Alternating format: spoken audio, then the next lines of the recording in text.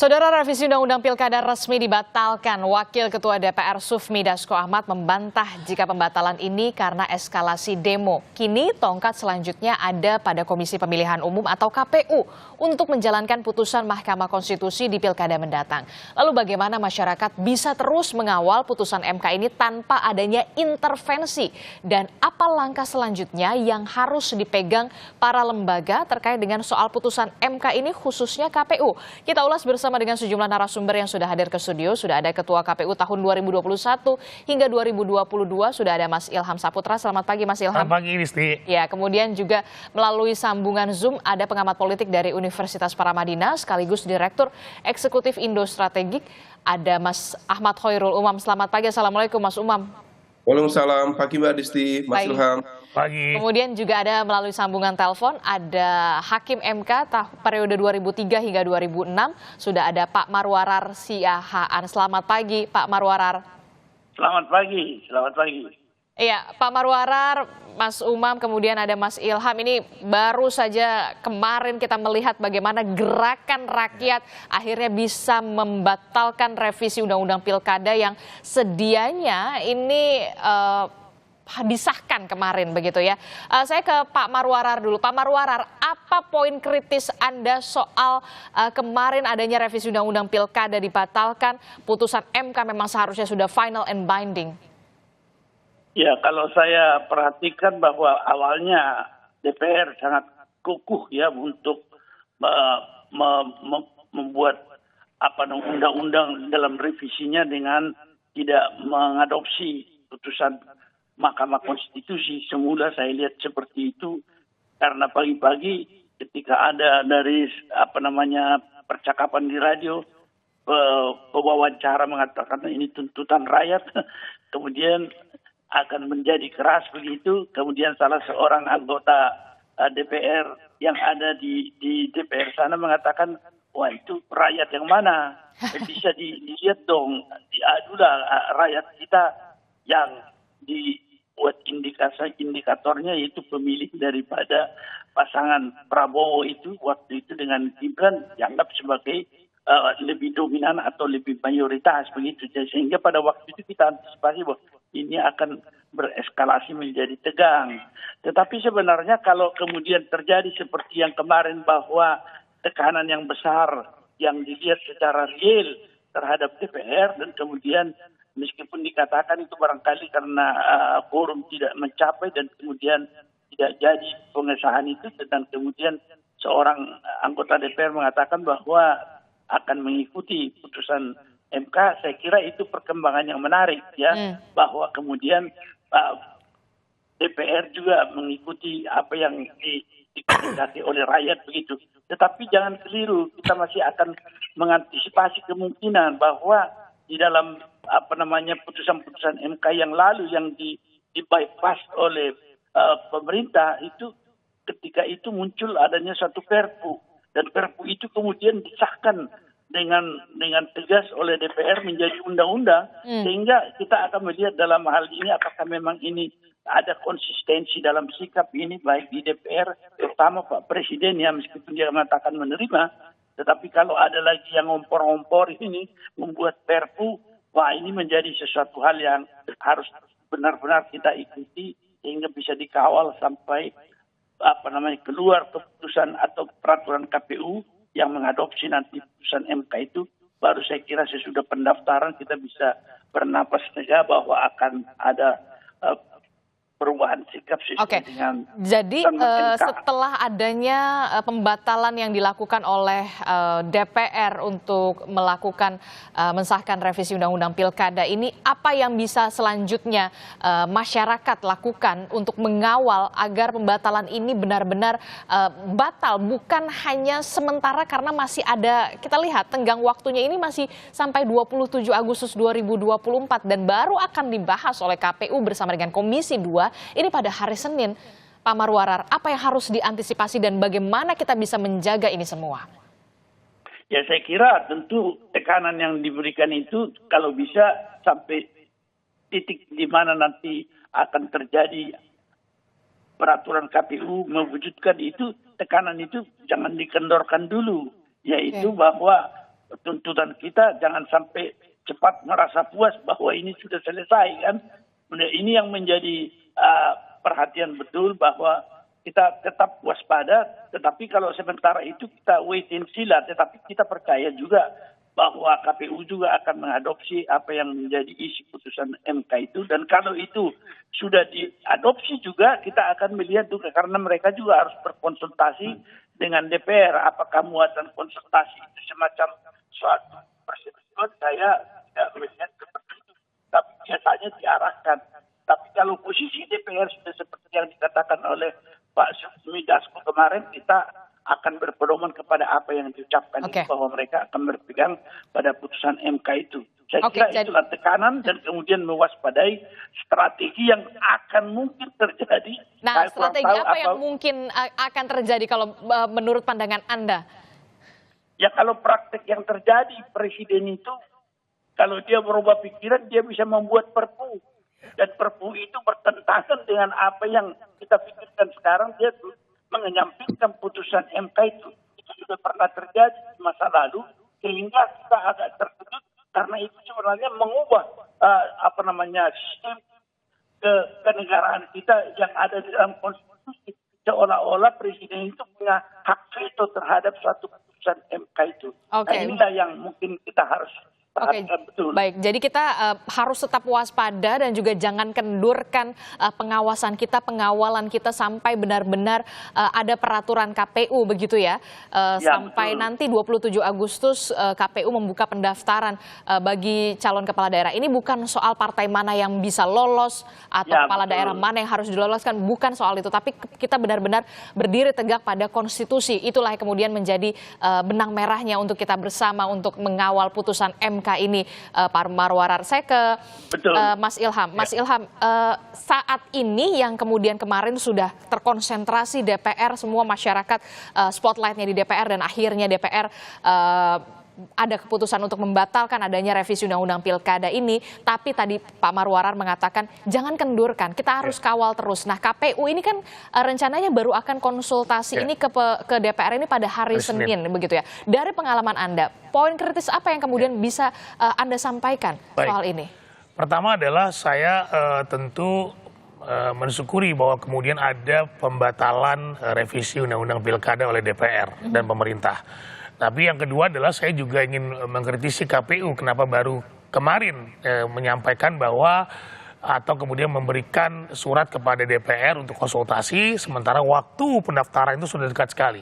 Ya, nah ini buat saya ada persoalan di penyelenggara pemilu kita bahwa ada pertanyaan besar begitu? Ada pertanyaan besar, kenapa kemudian tidak langsung menyatakan bahwa KPU ini mengeluarkan atau kemudian buat statement atau langsung bekerja untuk menyatakan bahwa PKPU ini akan dikerjakan sesuai dengan putusan Mahkamah Konstitusi. Nah, tetapi yang saya lihat, walaupun memang sudah ada konferensi pers pertama, tapi itu makan waktu sampai kemudian mungkin tadi kemarin sore baru menyatakan bahwa akan tetap menggunakan putusan MK. Nah, tentu ini perlu kita kawal bersama agar kemudian KPU betul-betul menjalankan putusan MK ini dan masuk ke dalam melakukan perubahan terhadap PKPU yang sudah ada sekarang berdasarkan putusan MK tadi. Oke, maaf saya potong. Jadi sebenarnya tidak perlu, menurut Anda tidak perlu KPU ini berkonsultasi dengan pemerintah dan DPR ketika memang sudah ada putusan MK yang begitu jelas, final dan binding? Iya, saya kira bukan tidak perlu ya. Konsultasi tetap ada memang, tetapi tidak lagi mengikat. Dan kemudian KPU juga harus segera bekerja untuk kemudian paling tidak begini, ketika putusan MK itu muncul, buat surat kepada Kemenkumham untuk kemudian melakukan revisi, itu sudah dibuat draftnya gitu ya. Kemudian buat ke Kumham untuk kemudian diundangkan, kemudian juga memberikan surat konsultasi kepada DPR untuk memberitahukan bahwa ini memang waktunya sudah mepet gitu ya. Jangan lantas kemudian malah mengundur-ngundur baru hari Senin besok untuk melakukan konsultasi. Nah, saya khawatirnya kemudian konsultasi ini nanti akan berkembang lebar, walaupun konsultasi ini sudah diputuskan oleh PMK bahwa tidak lagi mengikat. Jadi setelah konsultasi KPU bisa langsung menetapkan dan juga diundangkan oleh Kumham. Tetapi yang menjadi persoalan adalah nanti saya khawatir melebar ya dan lama konsultasinya, karena mungkin tidak lagi mengacu kepada dua putusan MK nomor 60 dan 70 gitu. Dan ini harus ditekankan bahwa diskusi atau kemudian konsultasi nanti hanya membahas soal itu. Tidak lagi melebar ke PKPU yang lain, ke isu-isu yang lain. Jadi langsung poinnya saja? Langsung poinnya saja, karena memang waktu sudah mepet dan memang cuma poin itu saja yang akan dilakukan revisi oleh KPU pada PKPU-nya. Nah ini yang penting diperhatikan betul. Dan KPU juga harus menyadari bahwa KPU ini adalah lembaga mandiri, lembaga yang tidak bisa diintervensi, lembaga yang kemudian harus menyelenggarakan pemilu atau pilkada ini secara profesional. Oleh karenanya pekerjaan-pekerjaan KPU dalam melakukan PKPU juga bagian dari profesionalitas itu. Jangan pengalaman kemarin ketika 2024 pemilu itu KPU terkena teguran dari KPP karena ketika pendaftaran wakil presiden dan presiden ketika itu PKPU belum menyertakan atau belum merubah berdasarkan putusan MK. Nah ini kan tentu jadi persoalan. Gitu. Jangan sampai kemudian nanti sekian banyak, apalagi sekarang ini pilkada itu diikuti oleh seluruh provinsi dan kabupaten kota untuk mencalonkan diri menjadi gubernur, bupati, dan wali kota. Termasuk jangan sampai ada pertanyaan legitimis. Jangan sampai ada pertanyaan legitimasi. Dan bahkan juga MK sudah menyatakan, jika KPU tidak mengikuti putusan Mahkamah Konstitusi ini, maka penyelenggaraan pilkada inkonstitusional. Nah itu dia, jangan sampai ada persepsi jangan inkonstitusional ini ya. Ini pernah terjadi juga pada pemilu 2024 yang lalu. Ada satu dapil yang kemudian memohonkan kepada Mahkamah Konstitusi karena keterwakilan perempuan tidak mencapai seperti yang disampaikan undang-undang, ya maka diulang oleh MK gitu di satu dapil itu. Nah ini adalah bukti ketidakprofesionalan KPU yang tidak mengikuti putusan Mahkamah Konstitusi. Jangan sampai tidak belajar pada saat penyelenggaraan Jangan sampai tidak belajar dari penyelenggaraan pileg dan pilpres kemarin. Jangan sampai tidak belajar dari pelaksanaan pilpres dan juga pileg kemarin begitu ya, sampai kena teguran begitu ya. Dan legitimasinya jangan sampai dipertanyakan. Apalagi ini pemilihan kepala daerah banyak sekali. Nanti ketika orang kemudian yang kalah di pilkada mempersoalkan hal-hal yang tadi mungkin tidak diakomodir oleh KPU, dianggap inkonstitusional oleh MK. Pilkada berulang lagi, bentuk ketidakprofesionalan KPU semakin nyata, masyarakat menjadi apatis untuk mengikuti pemilihan ulang, dan banyak hal lagi yang kemudian berimbas kepada persoalan-persoalan tadi. Jangan sampai peluang itu muncul dan ya membuat orang menjadi apatis gitu. Masyarakat menjadi tidak terlayani dengan baik. Setelah kemarin kita lihat bahwa memang rakyat sebenarnya dari kalangan akademisi, kemudian juga ada pesohor, begitu selebritas, komika, juga ternyata gitu ya, menariknya adalah mereka aware, bahkan speak up di sana. Betul. Saya benar-benar mengapresiasi betul begitu ya. Saya ke Mas Umam. Mas Umam, kalau dari sisi politiknya, setelah adanya pembatalan oleh DPR, apa yang Anda cermati dari ini? Iya, Mbak Adisti, gerakan yang terjadi kemarin setidaknya memberikan beberapa pelajaran. Pertama, bahwa elemen civil society yang selama ini terdiam, kemudian terfragmentasi, ternyata masih bisa mengkonsolidasikan diri. Dan ini tentu memberikan political warning yang cukup serius bagi elemen-elemen lingkar kekuasaan yang selama ini menjalankan apa yang kita sebut sebagai autocratic legalism. Dan praktik itu terjadi berkali-kali di beberapa kesempatan, dan kemarin terkait dengan revisi Undang-Undang Pilkada, seolah kemudian itu menjadi babak yang kesekian kalinya untuk mempraktikkan autocratic legalism. Tetapi kritik dan juga gerakan dari masyarakat sipil membuktikan bahwa masih ada elemen-elemen itu. Nah, kemudian yang kedua, kita tetap harus mencermati bahwa apakah ini sifatnya simptomatik dan juga temporer, atau kemudian sebenarnya ada semacam produk dari intra-elit konflik. Karena bagaimanapun juga tampaknya harus kita cermati juga, apakah kemudian tidak tercapainya quorum kemarin itu betul-betul karena memang hal teknis, misalnya karena rencana pelaksanaan paripurna yang dianggap cukup mendadak, sehingga kemudian elemen dari kekuatan-kekuatan koalisi besar kemudian tidak mampu hadir secara teknis, ataukah memang ini menjadi semacam ujian iman politik bagi koalisi Indonesia Maju Plus, yang kemudian seharusnya kalau misalnya mereka all out memberikan dukungan terhadap agenda yang sebelumnya sudah ditetapkan untuk merevisi undang-undang pilkada, maka secara teknis di paripurna harusnya mereka bisa melakukan itu. Aha, Tetapi tidak tercapainya quorum itu juga menjadi sebuah pertanyaan. betul. Apakah terjadi intra-elit konflik? Apakah terjadi semacam perdebatan di level elit di antara partai-partai koalisi Kim sehingga kemudian tidak memberikan dukungan itu.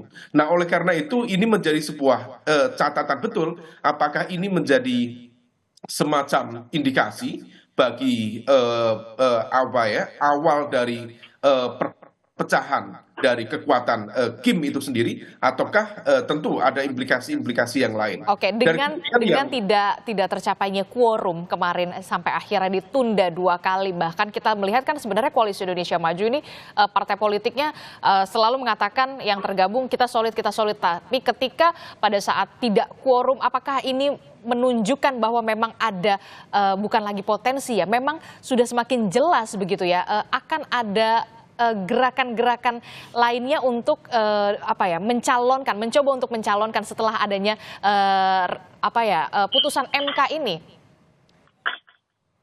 ya, memang tidak quorum itu harus bisa kita pahami itu bukan sekedar faktor teknis, tetapi juga betul-betul terkait dengan faktor yang sifatnya strategis.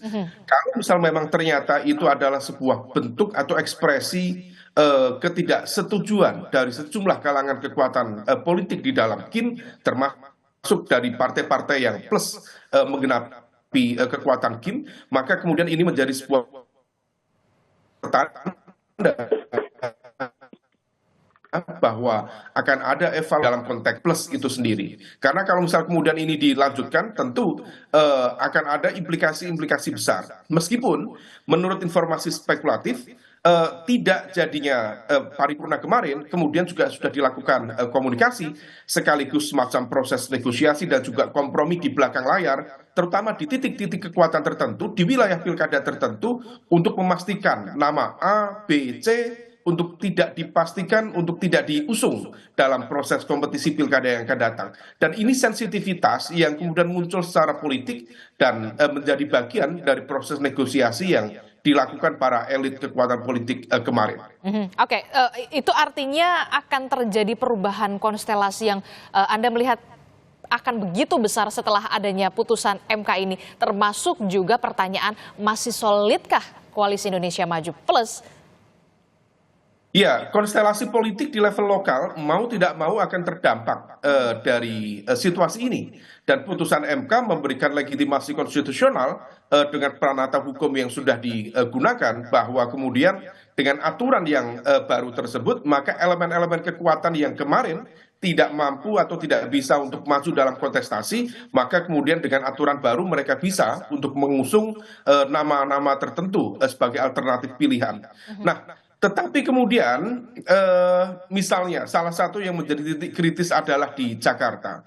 Apakah kemudian dengan potensi kekuatan ini, misalnya PDIP tetap akan memberikan ruang bagi misalnya nama Anies Baswedan untuk maju dalam kontestasi sebagai sebuah bentuk kompromi dan juga negosiasi untuk berhadapan-hadapan dengan kekuatan besar, di mana partai-partai perubahan seolah kemudian kena prank dengan adanya putusan baru ini, karena mereka yang seharusnya bisa mengusung sendiri, berlaga sendiri, tapi akhirnya kemudian kemarin bersatu dengan Kim Plus. Nah, ini yang kemudian tampaknya betul-betul menjadi titik kritis dan juga sensitif dan menjadi bagian dari proses negosiasi pasca gagalnya quorum di sidang paripurna kemarin. Adapun di wilayah lain tentu akan menyesuaikan, dan sejumlah partai-partai termasuk bukan partai besar, partai kelas menengah, tampaknya memiliki kekuatan lokal yang cukup memadai untuk kemudian maju, dan ini akan berimplikasi secara local politics dalam kontestasi pilkada yang akan datang. Anda melihat sebenarnya kesulitan dari Koalisi Indonesia Maju Plus ini sebenarnya sudah diambang ketar-ketir nggak sih kalau dari penilaian Anda atau pengamatan Anda dengan adanya putusan MK ini yang kemudian revisi undang-undang pilkadanya pun dibatalkan begitu oleh DPR? Iya, ini menjadi early warning system, terutama bagi mekanisme internal kekuatan koalisi Kim yang sedianya akan mengawal pemerintahan baru Prabowo Gibran 5 tahun ke depan. Kalau misal kemudian ibaratnya memang kalau misal betul kemarin sudah dilakukan kesepakatan untuk merevisi dan itu sudah tergambar dalam proses balik, 8 partai menyetujui, kemudian 1 partai menolak upaya revisi itu, maka dari sisi soliditas tampaknya sudah oke. Tetapi kemudian ketika gagal dalam proses quorum di paripurna, ini juga menjadi sebuah pertanda baru. Apakah soliditas ini menjadi sebuah fata morgana yang kemudian harus dicermati. Tetapi di saat yang sama, Mbak Disti, harus menjadi highlight bahwa tampaknya akan ada juga evaluasi di internal, terutama di lingkar dekat kekuatan inti, baik di lingkar Pak Jokowi maupun di lingkar Pak Prabowo. Karena upaya untuk mengkonsolidasikan ini tampaknya dalam konteks tertentu agak gerusa-gerusu. Jadi agak mendadak dan juga barangkali juga tidak didasarkan pada proses pembahasan yang matang di level elit politik yang ada. Akhirnya kemudian menjadi keputusan langkah politiknya menjadi agak nanggung. Ketika kemudian kemarin gagal, maka kemudian ini menjadi sebuah evaluasi yang sangat serius. Apakah kemudian kepemimpinan di dalam internal Kim menjadi problematik atau tidak? Nah, kalau misal kemudian ternyata dianggap problematik, maka evaluasi serius harus dilakukan di internal Kim, terutama bagi kekuatan yang dalam konteks tertentu mengorkestrasi kekuatan-kekuatan politik di dalam balik kemarin. Kalau kemudian semuanya akan dikooptasi sedemikian rupa, kekuatan politik diberikan ruang untuk menyampaikan argumen, hanya diinginkan untuk mengikuti apa yang menjadi pesanan dalam tanda kutip tertentu, maka ternyata tidak mudah untuk dilakukan dan masing-masing tentu memiliki pride, memiliki harga diri dan memiliki ego masing-masing sendiri atau kedaulatan politik partai politik masing-masing. Oke, yang juga menjadi perhatian saya adalah untuk wilayah-wilayah strategis yang kemudian sudah dipetakan oleh Koalisi Indonesia Maju Plus, khususnya Jakarta yang kita tahu sudah mengusung nama Ridwan Kamil dan juga Suswono, kemudian juga partai politik yang tergabung dalam Koalisi Indonesia Maju untuk wilayah Jawa Tengah juga bahkan Nasdem juga sudah mengatakan mengusung untuk nama Ahmad Lutfi dan juga Kaesang. Nah, bagaimana nanti apakah ada potensi perubahan-perubahan dukungan dan juga usungan setelah adanya putusan Mahkamah Konstitusi? Jangan dijawab dulu, Mas Umam, kita akan jeda sejenak. Tetaplah bersama kami di Sapa Indonesia Pagi.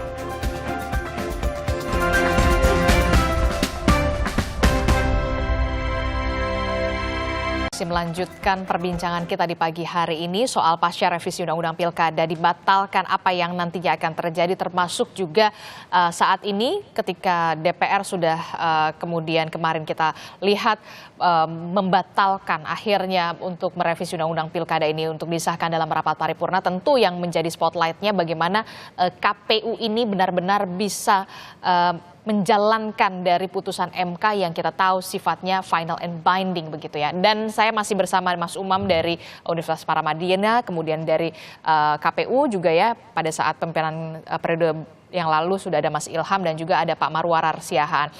Saya ke Mas Umam melanjutkan pertanyaan saya. Untuk wilayah strategis begitu yang kita tahu cukup berdampak dengan adanya putusan MK ini, Jakarta khususnya, apakah Koalisi Indonesia Maju Plus ini masih solid untuk mengusung nama RK Suswono? Ataukah nanti ada potensi perubahan di sana ketika adanya putusan MK ini memang benar-benar final and binding dan DPR membatalkan revisi Undang-Undang Pilkada? Apakah nanti ada potensi untuk adanya perubahan sebelum pendaftaran KPU, termasuk juga untuk wilayah Jawa Tengah yang kita tahu Nasdem dan juga beberapa partai politik di Koalisi Indonesia Maju Plus ini mengusung nama Ahmad Lutfi dan juga Kaesang Pangarep? Ya, memang untuk di level DKI Jakarta atau DKJ nantinya memang menjadi agak unik ya. Tetapi kalau misal bicara soliditas Kim Plus di Jakarta, tampaknya mereka akan tetap konsisten mengusung Ridwan Kamil Suswono. Oke, jadi tetap solid ya untuk Jakarta ya? Iya, dari sisi momentum politik tampaknya juga sudah terkunci. PKS sudah masuk, kemudian Nasdem dan juga PKB juga sudah clear deklarasi berada di sana. Di satu sisi PKS tampaknya sudah menikmati putusan itu dengan mendapatkan secara pasti posisi sebagai cawagup, sehingga kemudian akumulasi kepentingan yang ditetapkan oleh PKS terpenuhi. Dan di saat yang sama, pelajaran dari apa yang terjadi di Golkar tampaknya juga bisa membayangi proses pengambilan keputusan di misalnya di PKB, termasuk kemudian di partai-partai yang lain seperti Nasdem, termasuk PKS sendiri. Kalau mereka kemudian dalam tanda kutip balelo untuk kemudian keluar dari barisan, apakah tidak khawatir kalau dierlanggakan? Nah, ini menjadi sebuah catatan serius dalam kontestasi politik praktis saat ini. Adapun yang terjadi di level Jawa Tengah, ini yang kemudian menjadi cukup light. Apakah kemudian tetap solid mengusung Pak Ahmad Lutfi? Barangkali tetap iya, tetapi komposisi dari cawagup, terutama dari implikasi putusan MK yang kemudian tampaknya akan berdampak pada soliditas dan juga legalitas Kaisang misalnya untuk maju di cawagup Jawa Tengah. Nah, ini yang kemudian tampaknya akan menciptakan dinamika. Nah, apakah dinamika itu akan di-follow up oleh Istana yang notabene memiliki kedekatan emosional dan juga kedekatan darah dengan Kaisang misalnya, untuk mengeluarkan Perpu tadi? Kalau misal kemudian itu dilakukan, tentu akan menjadi banyak kejutan-kejutan. Dan kejutan ini menciptakan sesuatu yang sifatnya apa ya, mixed feeling. Menjelang Pilpres, sejumlah kalangan masyarakat sipil mengkritik habis Mahkamah Konstitusi. Berarti Anda melihat ada backup plan yang mungkin saja berpeluang adanya penerbitan Perpu ini ketika nama Kaisang ini tidak bisa melenggang maju di Pilkada Jawa Tengah, Mas Umam? Ya, semuanya tentu bergantung pada tadi disebut oleh Mas Ilham, bolanya ada di KPU. Apakah KPU kemudian konsisten untuk menjalankan apa yang sudah ditetapkan? Kalau misal kemudian paripurna kemarin akhirnya tidak mampu melakukan revisi undang-undang pilkada, maka putusan MK yang kemudian menjadi final and binding dalam konteks regulasi yang akan kemudian digunakan dalam proses mendatang. Tetapi this all about politics, dan semua itu bisa terjadi perubahan secara mendadak dalam situasi yang betul-betul genting. Oleh karena itu memang proses pengawalan ini harus dilakukan secara komprehensif, baik pada level otoritas kekuasaan di eksekutif maupun di legislatif itu sendiri. Singkat saja terakhir Pak Marwarar, kalau tadi menurut Mas Umam bisa saja backup plan-nya adalah menerbitkan Perpu untuk bisa kemudian nama Kaisang juga bisa melaju di Pilgub Jawa Tengah. Seberapa besarkah peluang tersebut? Kalau kita lihat kan syarat untuk menerbitkan suatu Perpu itu adalah adanya kedaruratan, kegentingan, Mas Pak Marwarar. Ya. Jadi saya kira ini kan karena selalu dalam praktek juga mengukur kegentingan memaksa itu bersifat subjektif dari seorang presiden, maka kegawatan yang dimaksud itu bisa jadi dari posisi dia, karena sekarang sebenarnya dalam posisi sebenarnya dia sebagai lame duck dalam pemerintahan transisi, seharusnya atau kebiasaan juga bahwa pemerintahan transisi dalam kondisi seperti ini sudah menahan diri dalam mengambil keputusan-keputusan yang sangat strategis dan bahkan melampaui jangka panjang begitu. Oleh karena itu saya melihat memang tipis kemungkinannya, tetapi kan kita tidak tahu bagaimana paham konstitusionalisme yang dianut seorang presiden, karena kita kecewa sebagai bekas pendukung Jokowi melihat bagaimana perkembangan di obrak-abriknya itu konstitusi, misalnya ketika menarik hakim konstitusi dan mengangkat tanpa prosedur dan tanpa mengikuti konstitusi, meskipun dia mengatakan bahwa itu adalah sikap kesederajatan DPR dan lain sebagainya. Tapi sumpah jabatan itu mengandung inherent power untuk mempertahankan konstitusi, tapi saya lihat tidak tampak tekad daripada seorang presiden itu untuk menegakkan konstitusionalisme itu, sehingga saya melihat meskipun tipis, tapi kita harus mewaspadai Perpu ini sebagai satu teknik yang akan dipakai, apakah untuk menguji atau juga untuk mempertahankan nepotisme yang ada sekarang. Pentingnya civil society tetap harus mengawal sampai pendaftar, setidaknya sampai pembukaan pendaftaran pilkada pada tanggal 27 Agustus 2024 mendatang, karena ini masih ada beberapa hari lagi. Jangan sampai kita kendur peluang-peluang yang bisa dilakukan oleh kita lihatlah nanti seperti apa. Dan kemudian KPU, apa yang seharusnya dilakukan oleh KPU untuk gerak cepat untuk mengesahkan ini menjadi PKPU, jangan sampai Pilpres dan juga Pileg kemarin yang sempat ditegur oleh DKPP ini jangan sampai terulang lagi. Ya, saya kira KPU harus segera kemudian mengirimkan surat kepada Komisi 2 walaupun sudah dilakukan. Tetapi sekali lagi saya ingin mengatakan bahwa pembahasan hanya pada 2 topik itu saja. Jangan sampai melebar kemudian, karena setelah konsultasi itu besoknya sudah pendaftaran. Gitu ya, kan? Karena cuma jelang sementara acuan pendaftaran adalah PKPU yang sudah disahkan. Nah, ini tentu waktunya tidak lama lagi. Dan kedua adalah berkoordinasi dengan Kumham. Karena Kumham itu yang nanti akan mengundangkan PKPU tersebut. Nah, ini sekali lagi KPU jangan membuat blunder gitu ya. Jangan membuat kemudian masyarakat menjadi kepercayaan masyarakat terhadap KPU menjadi lemah karena persoalan-persoalan yang KPU ini tidak mengacu kepada peraturan undang-undangan, tidak mengacu kepada konstitusi yang sudah dikeluarkan oleh Mahkamah Konstitusi.